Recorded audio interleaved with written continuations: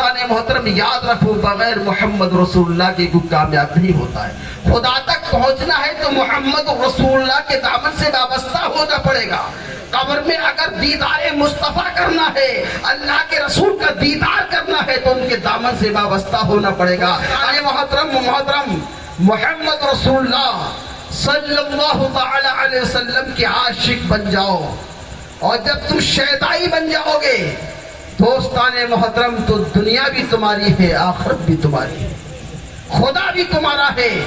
کیونکہ اللہ تبارک و تعالیٰ نے جو کچھ بھی کائنات میں پیدا کیا ہے وہ سب اپنے محبوب جناب محمد رسول اللہ صلی اللہ علیہ وسلم کی خاطر پیدا کیا ہے. زمین کا فرش بچھایا ہے محمد کی خاطر, آسمان کا شامیانہ لگایا ہے آقا کی خاطر, چاند و سورج کی چراغ جلائے ہیں محمد رسول اللہ کی خاطر. اللہ نے جنت کو پیدا کیا ہے آقا کی خاطر, یہ جانور پیدا کیے ہیں آقا کی خاطر, یہ پھول کھلے ہیں آقا کی خاطر. اللہ تعالیٰ نے یہ کائنات کا نظام پیدا کیا ہے اللہ محمد رسول اللہ کی خاطر. دوستان محترم جب تک محمد رسول اللہ صلی اللہ علیہ وسلم ہے یہ دنیا قائم ہے اور یہ دنیا رہے گی, اور جب محمد رسول اللہ کو لوگ بھول جائیں گے دوستان محترم اسی دن قیامت برپا ہوگی.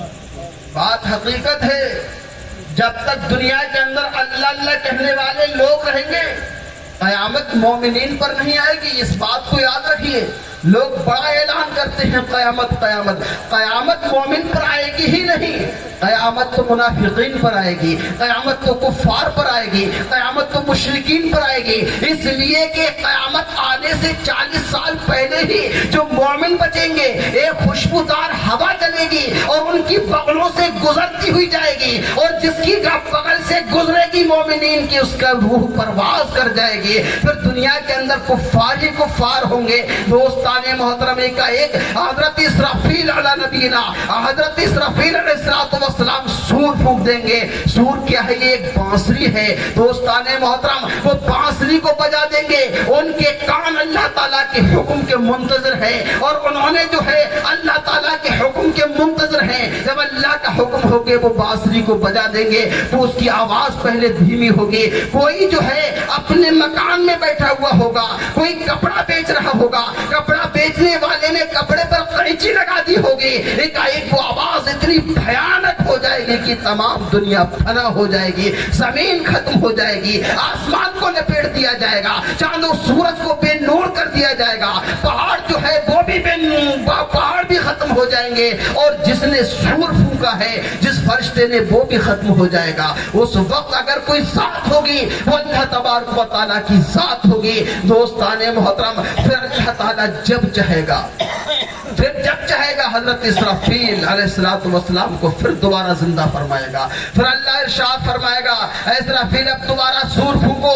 دوبارہ جب سور پھونکا جائے گا پھر اولین و آخرین انبیاء اولیاء جب سے دنیا قائم ہوئی ہے اور جب تک ختم ہوئی تھی تمام لوگ جمع ہو جائیں گے, اپنے بھی ہوں گے, بیگانے بھی ہوں گے, چھوٹے بھی ہوں گے, بڑے بھی ہوں گے, انبیاء بھی ہوں گے, اولیاء بھی ہوں گے, حضرات گرامی سب لوگ ہوں گے. اور وہ دن جو ہوگا میدان محشر کا دن ہوگا, سورج سوا نیزے پر ہوگا, اور اس سے لوگوں کے دماغ ایسے کھول رہے ہوں گے جیسے کڑاہی میں تیل کھولتا ہے. اس میدان محشر میں اپنے کو نہ پہچانے گا, لوگوں کو پسینہ بہت آئے گا, کسی کے گھٹن تک پسینہ ہوگا, کسی کی کمر تک پسینہ ہوگا, کسی کے کندھوں تک پسینہ ہوگا, کوئی اپنے پسینے میں ہی غوطہ کھا رہا ہوگا. جس کا جیسا عمل ہوگا ویسی ہی وہاں تکلیف ہوگی. سورج سوا نیزے پر ہوگا. حضرات گرامی آج کروڑوں میل کی دوری پر سورج ہے, اس کی تپش کا یہ عالم ہو جاتا ہے کہ ہم دھوپ میں ذرا سی دیر ٹھہر نہیں پاتے ہیں,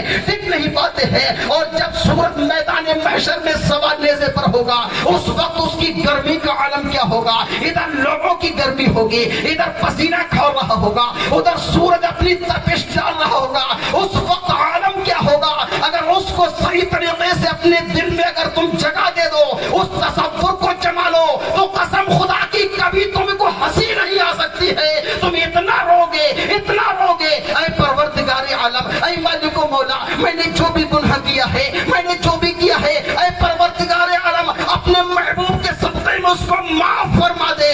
دوستان محترم وہ میدان محشر محشر ہوگا اور وہ میدان محشر ہوگا سورج سوا نیزے پر ہوگا، گرمی کا اور تپش کا یہ عالم ہوگا کہ لوگوں کے دماغ کھول رہے ہوں گے۔ اسی منظر کو سامنے رکھتے ہوئے، اسی میدان محشر کے منظر کو سامنے رکھتے ہوئے ہمارے پیر و مرشد حضور تاجدار اہل سنت ارشاد فرماتے ہیں کہ جنہیں ہوگی انہیں ہوگی تپش خورشید محشر کی، ہمارے واسطے تو تیرا دامن میں رحمت ہے۔ حضرات گرامی فرماتے ہیں ارے ان لوگوں کو تپش ہوگی جو ہے غلام مصطفیٰ نہ ہوں گے، ان لوگوں کو پسینہ آئے گا جو رسول صلی اللہ علیہ وسلم کے حکم کے مطابق عمل نہیں کر رہے ہوں گے۔ دوستان محترم جو غلام مصطفیٰ ہوگا وہ یہاں بھی سرخرو ہوگا، میدان محشر میں سرخرو ہوگا۔ تو ضرورت اس بات کی ہے کہ دوستو چلو تو رسول کی زندگی کو سامنے رکھ کر چلو، کھاؤ تو رسول کی زندگی کو سامنے رکھ کر کھاؤ، پیو تو رسول کی زندگی کو سامنے رکھ کر پیو، چلو تو رسول کی زندگی کو سامنے رکھ کر چلو۔ یعنی کہ تمہاری زندگی بولے نبی نبی، تمہاری جلوت بولے نبی نبی، تمہاری خاموشی بولے نبی نبی، تمہاری رفتار بولے نبی نبی، تمہارے اعمال بولے نبی نبی۔ غرض کی اپنی زندگی کو رسول کی قالب اداؤں میں ڈھال دو، اور جب تم رسول اللہ والی زندگی گزارنے پر آ جاؤ گے اللہ کا وعدہ یحببکم اللہ، اللہ تم کو اپنا دوست بنا لے گا۔ اور جب تم اللہ کے برگزیدہ بندے بن جاؤ گے اللہ فرماتا ہے واللہ غفور الرحیم، پھر اللہ تم پر مہربان ہو جاتا ہے۔ آپ جو ہے اس بات پر غور کیجئے جس پر اللہ تعالیٰ مہربان ہو اس کو دنیا کی طاقت نہیں مٹا سکتی ہے۔ اسی لیے تو میں اکثر کہا کرتا ہوں کہ فانوس بن کر جس کی حفاظت ہوا کرے، ارے وہ شمع کیا بجھے جس کو روشن خدا اللہ ہوتی ہے۔ لیکن حضرت موسیٰ علیہ نبینا علیہ السلام کوہ طور پر جب جاتے تھے تو اللہ سے بات ہوتی تھی، اللہ سے کلام ہوتا تھا۔ لیکن جب اللہ سے کلام ہوتا تھا، بات ہوتی تھی، تو حضرت موسیٰ کے دل میں بھی یہ تمنا اٹھی اے پروردگار عالم، اے مالک و مولا، روز تجھ سے بات ہوتی ہے، میں تجھ سے بات کرتا ہوں، تو مجھ سے کلام کرتا ہے۔ اے پروردگار عالم، میری تمنا یہ ہے، میری خواہش یہ ہے کہ میں تجھے اپنے ماتھے کی آنکھوں سے دیکھ لوں، میں تیرا دیدار کر لوں۔ اے مولا تو اپنا دیدار کرا دے، اپنا دیدار کرا دے، اپنا دیدار کرا دے۔ تو اللہ نے فرمایا لن ترانی، تم میرا دیدار نہیں کر سکتے ہو، اے موسیٰ تم مجھے دیکھ نہیں سکتے ہو۔ موسیٰ علیہ السلام نے کہا اے پروردگار میں تجھے نہیں دیکھ سکتا ہوں، یا تو اپنے آپ کو مجھے دکھا نہیں سکتا۔ اللہ نے فرمایا کہ اے میرے کلیم میں تو دکھانے پر قادر ہوں، میں تو دکھا سکتا ہوں، لیکن تیرے اندر وہ قوت نہیں ہے، تیرے اندر وہ طاقت نہیں ہے کہ تو میرے جمال کو دیکھ پائے، تو میرے نور کو دیکھ پائے۔ موسیٰ علیہ السلام بھی بڑے ضدی تھے، کہا کہ پروردگار عالم، اے مالک و مولا ہم کو دیکھنا ہے تو مجھے دکھا دے، اپنا دیدار کرا دے۔ اللہ نے فرمایا موسیٰ مجھے دیکھنا چاہتے ہو تو اس کوہ طور پہاڑ پر دیکھو۔ تو اللہ تعالیٰ نے اپنے نور صفاتی کی تجلی کہا کہ نور صفاتی کی تجلی پہاڑ پر ڈالی۔ کتنی ڈالی؟ کسی کتاب میں آتا ہے کہ سوئی کے ناکے کے کروڑویں حصے سے کم پہاڑ پر ڈالی۔ تو قرآن فرما رہا ہے فَلَمَّا تَجَلَّى رَبُّهُ لِلْجَبَلِ جَعَلَهُ دَكًّا وَخَرَّ مُوسَىٰ صَعِقًا۔ قرآن فرماتا ہے میرے گھر کی بات نہیں، اللہ تعالیٰ نے اپنے نور صفاتی کی تجلی پہاڑ پر سوئی کے ناکے کے کروڑویں حصے سے بھی کم یا اتنی ہی پہاڑ پر ڈالی۔ تو قرآن فرما رہا ہے، قرآن کی زبانی سنیے، فَلَمَّا تَجَلَّى رَبُّهُ لِلْجَبَلِ جَعَلَهُ دَكًّا وَخَرَّ مُوسَىٰ صَعِقًا۔ اللہ تعالیٰ نے اپنے نور صفاتی کی تجلی پہاڑ پر ڈالی تو موسیٰ علیہ السلام بے ہوش ہو کر گر پڑے اور وہ پہاڑ جو تھا وہ جل کر راکھ ہو گیا۔ سامعین محترم دیکھیے حضرت موسیٰ علیہ نبینا علیہ السلام اس تجلی کو دیکھ نہیں پائے، اچٹتی ہوئی نگاہ سے انہوں نے دیکھا تو دوستان محترم بے ہوش ہو گئے، تاب نہیں لا سکے۔ اور لیکن پھر ان کی آنکھوں کا کیا حال ہو گیا یہ بھی سماعت فرمائیے، وقت تو تھوڑا ہو ہی رہا ہے۔ پھر حضرت موسیٰ علیہ السلام نے اچٹتی ہوئی نگاہ سے جب دیکھا تو بے ہوش ہو گئے، تاب نہیں لا سکے، پہاڑ راکھ ہو گیا، جل گیا۔ تو موسیٰ علیہ السلام کی نگاہ کا پھر یہ عالم ہو گیا کہ جدھر نگاہ اٹھاتے تھے ادھر آگ لگ جاتی تھی، جدھر نگاہ اٹھائی ادھر آگ لگ گئی،